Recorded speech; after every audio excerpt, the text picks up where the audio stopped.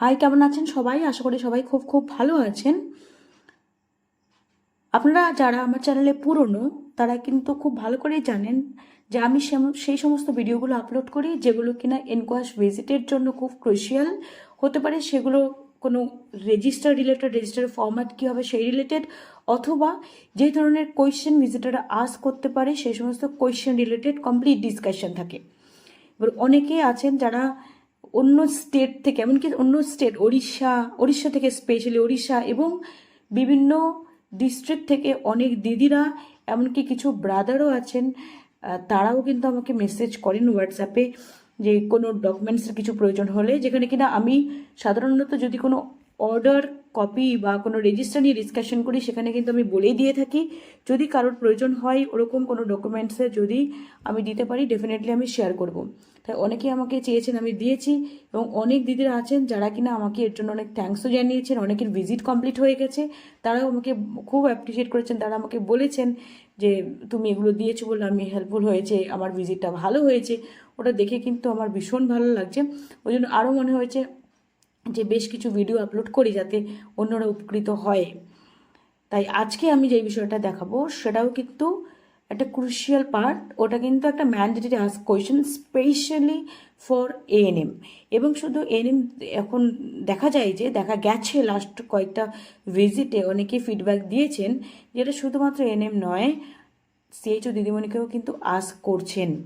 এবার তাই আপনাদের কিন্তু সবাই জানতে হবে, অনেকেই জানেন, অনেকে হয়তো একটু রিভাইজ করে নিলে সুবিধা হবে। তাই আমরা আজকে ধরে নিন যে রিভিশন করছি, টপিকটা আমরা রিভিশন করছি। দেখুন, আমরা আজকে যেটা পড়বো সেটা হচ্ছে ওপেন ভায়াল পলিসি। সবাই জানেন এটা ভীষণ কমন একটা কোয়েশ্চেন এবং সবার ক্ষেত্রে এই ভিজিটে কিন্তু এই কোয়েশ্চেনটা আস্ক করে। আমার ক্ষেত্রে আমাকে আস্ক করেনি, বাট আমার এএনএম দিদিকে কিন্তু আস্ক করেছিলেন।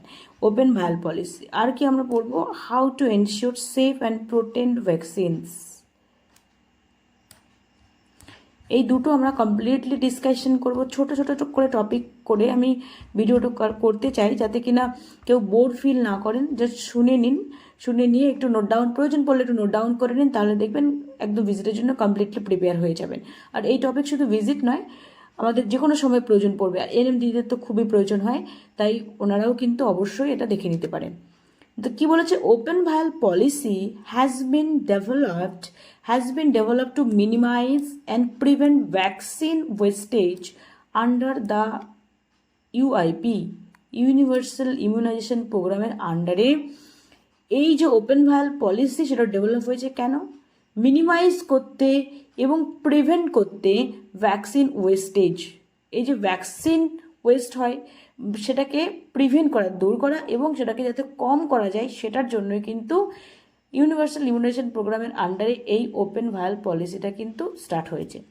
ইট permits the reuse of partially used multidose vials. এটা পারমিট করে কি পারমিট করে, এটা পারমিট করে যে reuse of partially used multidose vials of relevant vaccine. Reuse of partially used multidose vaccine মানে যে সমস্ত ভ্যাকসিন ভায়ালগুলো মাল্টিডোজ, অনেকগুলো ডোজ দেওয়া যায়, এক গাদা ডোজ থাকে ওতে, একটা ডোজের জন্য নয়, সেরকম মাল্টি ডোজ ভায়াল যেগুলো কিনা পার্শিয়ালি ইউজ হয়েছে সেগুলোকে আবার রিইউজ করা যায়। তার মানে পারমিট করছে reuse of partially use multi dose vials of relevant vaccine under UIP in succeeding session up to 28 provided certain conditions are fulfilled।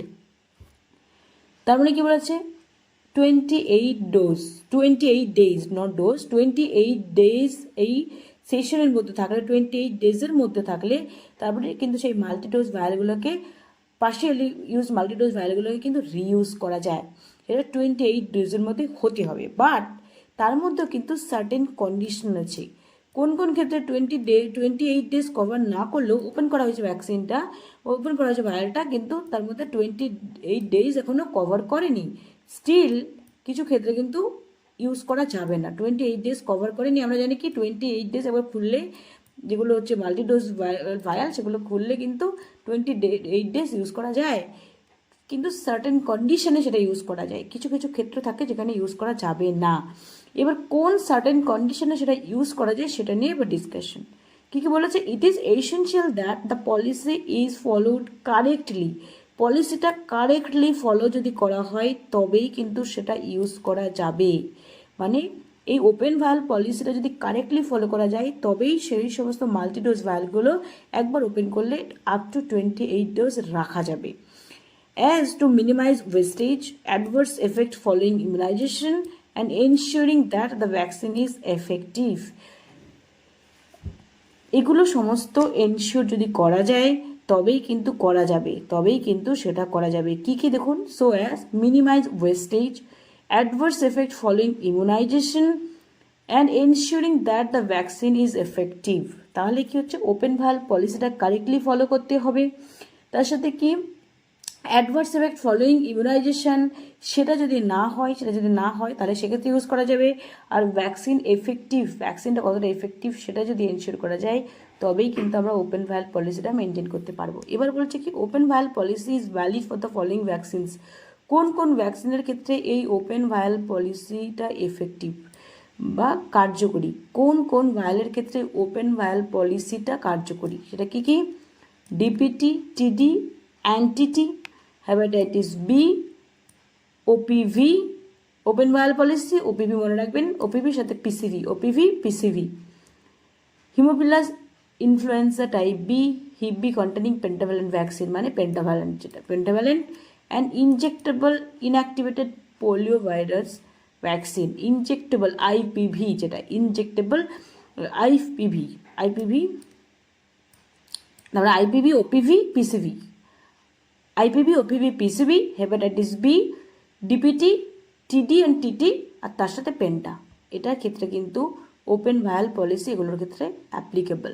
But open vial policy applicable নয় কিসের ক্ষেত্রে, মিজলসের ক্ষেত্রে, বিসিজির ক্ষেত্রে, জেইর ক্ষেত্রে, আর রোটা ভাইরাস ভ্যাকসিনের ক্ষেত্রে। তার মানে measles, BCG, Japanese encephalitis and rota virus vaccine এই ক্ষেত্রে একদমই অ্যাপ্লিকেবল নয়। বাট এগুলোর ক্ষেত্রে ওপেন ভায়াল পলিসি অ্যাপ্লিকেবল। কী কী হলো, OPV, PCV, IPV, hepatitis B, DPT, TD and TT, আর তার সাথে হচ্ছে পেন্টাভ্যালেন্ট। এবার বলেছে provided that certain conditions are upheld, এই সার্টেন কন্ডিশনসটা মেনটেন হচ্ছে সেটা কিন্তু এনশিওর করতে হবে। A vial of the vaccine that has been open during a session can be utilise for multiple immunisation session within a period of 28 days। যদি এই certain criteria যদি maintain করা হয় তবেই কিনা কোনো ভ্যাকসিন খোলা হলে সেটা আপ টু 28 days ইউজ করা যাবে। কী কী বলেছে, expiry date has not passed, expiry date pass করা যাবে না। Vaccine are stored under appropriate cold chain condition both during transportation and storage in cold chain storage point. কী বলেছে, সেই ভ্যাকসিনটা যাতে অ্যাপ্রোপ্রিয়েট কোল্ড চেইন কন্ডিশন, যেটা সেই কোল্ড চেইন কন্ডিশনে স্টোর করা হয়েছে সেটা এনশিওর করতে হবে। ডিউরিং ট্রান্সপোর্টেশন অ্যান্ড স্টোরেজ, মানে স্টোরেজ যখন করা হলো তখনও কোল্ড চেইন যে অ্যাপ্রোপ্রিয়েট কোল্ড চেইন যে কন্ডিশন সেটা মেনটেন হবে ট্রান্সপোর্টেশনের সময়, এমনকি স্টোরেজের সময়ও, তবেই সেটা ইউজ করা যাবে। Vaccine vial septum has not been submerged in water or contaminated in any way. Vaccine ভায়ালের যে সেপ্টামটা আছে সেটা কোনোভাবে সাবমার্জড বা জলের মধ্যে ডুবে থাকা যাবে না। অনেক সময় দেখা যায় কি, ভ্যাকসিন যে ক্যারিয়ার আছে সেই ভ্যাকসিন ক্যারিয়ারের মধ্যে জল থই করতে থাকে, ওর মধ্যে ভায়ালগুলো ভাসতে থাকে। এরকম যদি সার্কামস্ট্যান্সেস হয় তাহলে কিন্তু সেই ভায়ালটা ইউজ করা যাবে না, এটা কিন্তু মাথায় রাখতে হবে। ভায়ালের যে সেপ্টাম সেটা কোনোভাবে সাবমার্জড হয়ে যাওয়া যাবে না। আর তার সাথে কি বলেছে, আর কোনোভাবে কন্টামিনেটেড হওয়া যাবে না।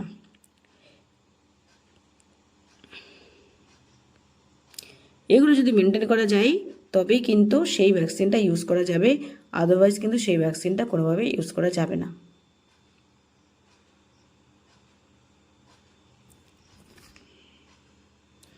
Now, a aseptic technique has been used to withdraw vaccine doses. যখন ভ্যাকসিন ডোজটা নেওয়া হয়, বারবার করে নেওয়া হলো ভ্যাকসিন ডোজ দেওয়ার সময়, সেক্ষেত্রে অ্যাসেপ্টিভ টেকনিক মেনটেন করতে হবে। কী বলেছে, that is needle and septum has not bin contaminated in any way. Needle এবং যে সেপ্টাম সেটা কোনোভাবে কন্টামিনেটেড হওয়া যাবে না, এটা কিন্তু মাথায় রাখতে হবে। যখন আমরা ভ্যাকসিনটা নিচ্ছি সেখান থেকে অবশ্যই সেখানে অ্যাসেপ্টিক টেকনিক মেনটেন করতে হবে, যাতে কোনো রকম কোনো রকমভাবে কন্টামিনেটেড না হয় সেটা মেনটেন করতে হবে। Vaccine vial monitor VVM has not reached or cross the discard point. সবাই জানেন ভিভিএম এর ডিসকার্ড পয়েন্টটা কি, সেটা কিন্তু ডিসকার্ড পয়েন্ট যাতে কোনোভাবে ক্রস করা না করে যায় সেটা দেখতে হবে। A vaccine vial should be discarded if any of the following conditions are met and the medical officer or supervisor should be informed. এবার সার্টেন কন্ডিশন যদি হয়, এই কন্ডিশনগুলো যদি হয় তাহলে কিন্তু সেই ভ্যাকসিন ভায়ালটা কিন্তু ডিসকার্ড করতে হবে। তার মানে এইগুলো যদি মেনটেন হয় তাহলে ইউজ করতে পারবো, আর নিচের যে কন্ডিশন যদি হয় তাহলে কিন্তু ডিসকার্ড করতে হবে। সেটা কি, VVM reached or cross discard point, আবার একই কথা বলেছে। ফর ফ্রিজ ডায়েট ভ্যাকসিন বিফোর রিকনস্টিটিউশন অনলি। আর কি বলেছে, or vaccine vial without VVM or disfigured VVM. তার মানে ভ্যাকসিন ভায়ালটা রয়েছে কিন্তু ভিভিএমটাই উঠে গেছে, কোনো ভিভিএমই নেই, অথবা ভিভিএমটা এমন ফিগার হয়ে গেছে নষ্ট হয়ে একদম শেষ হয়ে গেছে, তার ডিসফিগার্ড ভিভিএম হয়ে গেল, ভিভিএমটা নষ্ট হয়ে গেছে অথবা ভিভিএমটাই উঠে চলে গেছে, সেরকম ক্ষেত্রে কিন্তু ইউজ করা যাবে না। এবং ভিভিএম ক্রস করে গেছে, ডিসকার্ড পয়েন্টটা ক্রস করে গেছে, সেক্ষেত্রেও কিন্তু কোনোভাবে ইউজ করা যাবে না। Then no label or partially torn label and or with writing on label are not legible। কি বলেছে, এই যে যখন ভ্যাকসিনটা ওপেন করা হয় তখন তো ডেট এবং টাইম দিতে হয়, ভ্যাকসিন যখন ওপেন করা হয় ডেটটা টাইম দিতে হয়, ডেট এবং টাইম অবশ্যই মেনশন করতে হয়। দেখা গেল এমনভাবে যিনি লিখেছেন আগের বার, তিনি এমনভাবে ওপেন করার সময় এমনভাবে লিখেছেন ওই ডেট আর টাইম কোনোভাবে পড়ার ক্ষমতা কারণ নেই। এরকম যদি কন্ডিশন হয়, লিজিবল যদি না হয়, আন্ডারস্ট্যান্ডেবল যদি না হয়, তাহলে সেটা কিন্তু কোনোভাবে রিস্ক নিয়ে ইউজ করা যাবে না। Any ভায়াল thought to B expose to non sterile procedure for withdrawal. যদি কোনো ভায়াল দেখে সন্দেহ মনে হচ্ছে এটা এমন বৃষ্টিভাবে এটাকে নিয়েছে, ইনফেক্টেড হয়ে আছে, যদি এরকম ডাউট হয় তাহলে সেক্ষেত্রে না ইউজ করাই ভালো। Open vials that have been under water or vials removed from a vaccine carrier that has water। তার মানে কি বলছে, ওপেন ভায়ালস যেটা হ্যাজ বিন আন্ডার ওয়াটার, জলের ভিতরে ঢুকে আছে, এবং ওর ভায়াল যেটা রিমুভ করা হয়েছে from the vaccine career that has water, অথবা যে ভায়ালটা ভ্যাকসিন ক্যারিয়ার থেকে নেওয়া হয়েছে তার মধ্যে জল ঢুকে আছে বা জলের মধ্যে ডুবে আছে, ওরকম হলে কিন্তু ফেলে দিতে হবে। If vaccine vial is frozen or contained floccules or any foreign body, দেখা গেলো যে ভ্যাকসিনটা আছে না, সেই ভ্যাকসিনটা তো পুরো জমে গিয়ে পুরো ফ্রোজেন হয়ে গেছে, অথবা তার মধ্যে গাদাখানিক ফ্লোকিউলস আছে, যদি সেরকম ক্ষেত্রে হয় তাহলে কিন্তু কোনোভাবেই সেটা ইউজ করা যাবে না। অথবা দেখা গেলো ফরেন বডি জমে আছে, এরকম যদি হয় তাহলে কিন্তু সেটা ইউজ করা যাবে না। ফ্লোকিউলস বলতে কি বোঝায়, ফ্লোকিউলস বলতে বোঝায় কোনো স্মল ছোটো ক্লাম্প মতো ফর্মেশন হয়ে আছে, নডিউল মতো হয়ে গেছে, যেটা দেখলেই বোঝা যায় যে জমে আছে কিছু জিনিস ভিতরে, লিকুইড মধ্যে কিছু জমে আছে, ফ্লোকিউলস টাইপের হয়ে আছে, সেটা ফরেন বডি রয়েছে, অথবা ভায়ালটা পুরো ফ্রোজেন হয়ে গেছে, সেরকম ক্ষেত্রেও কিন্তু ইউজ করা যাবে না। Now if there is breakage in the continuity of the ভায়ালটা ক্র্যাক অথবা লিক হয়ে আছে, তাহলে ইউজ করা যাবে না। If there is any reported AFI following use of the vaccine vial, do not use it and retain it safely. এটাকে তাহলে কী হয়, দেখা গেল ভ্যাকসিনটা আগে যখন ইউজ হয়েছে, প্রথম ইউজের সপ্তাহে AFI রিপোর্টেড হয়েছে, তাহলে সেই ভ্যাকসিন তো ইউজ করা যাবেই না, বরং উল্টে ওটাকে সরিয়ে দিয়ে কোনো একটা জায়গায় সেফ জায়গায় রেখে সেটাকে ডিসকার্ড করতে হবে, বা অ্যাকর্ডিং টু ইনস্ট্রাকশন সেটাকে পাঠিয়ে দেওয়ার ব্যবস্থা করতে হবে, বা যা করার প্রসিডিওর সেগুলো করতে হবে। ওটাকে সেফলি সরিয়ে রাখতে হবে এবং লেবেলিং করে রাখতে হবে যাতে ওটা পরবর্তীকালে কেউ ইউজ না করে।